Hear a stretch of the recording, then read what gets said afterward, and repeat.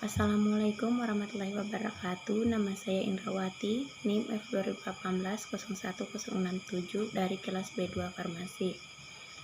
Baik, saya akan melanjutkan presentasi dari materi yang berjudul Hubungan Kualitatif Struktur Aktivitas Obat.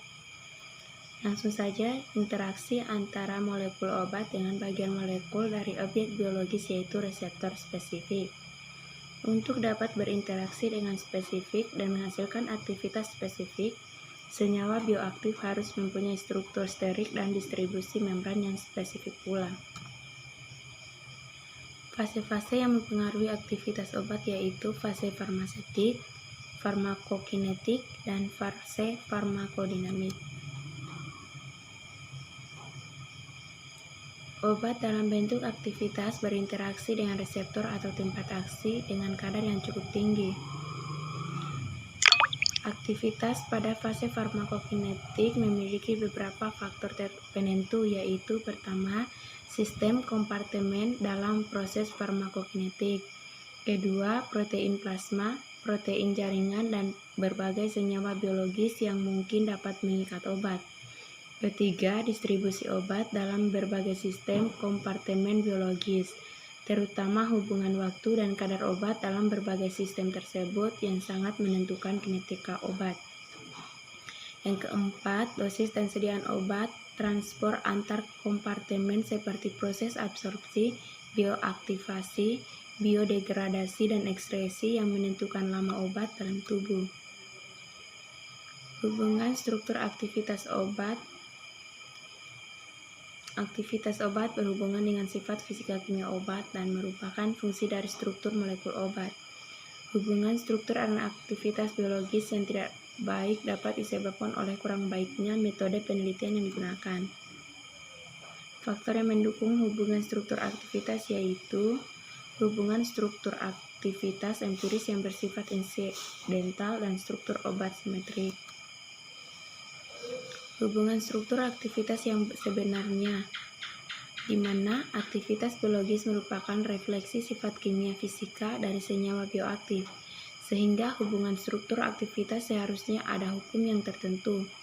Senyawa-senyawa dengan aktivitas biologis sama pada umumnya, bekerja pada reseptor yang sama dan harus sesuai dengan reseptor, sehingga senyawa-senyawa tersebut mempunyai struktur kimia berhubungan. Hubungan sifat kimia fisika dan aktivitas.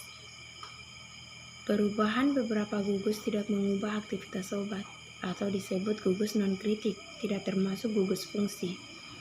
Besarnya gugus dan sifat nonpolar mempengaruhi potensial obat sebab meningkatkan lipofilitas dan kemampuan pembentukan ikatan hidrofob atau transfer pasif dan ikatan pada jaringan. Hubungan struktur aktivitas tak langsung dapat terjadi pada senyawa-senyawa yang berbeda tempat aksinya.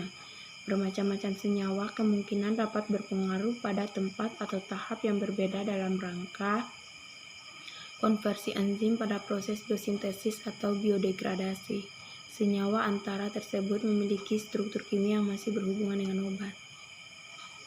Dalam pengukuran kualitatif aktivitas biologis terdapat beberapa tipe. Yang pertama, efek individu, dengan mengukur dosis efektif individu terhadap hewan coba. Kedua, efek bertingkat, dengan mengukur efek obat terhadap tiap-tiap hewan coba dalam satu kelompok uji dengan dosis yang bervariasi.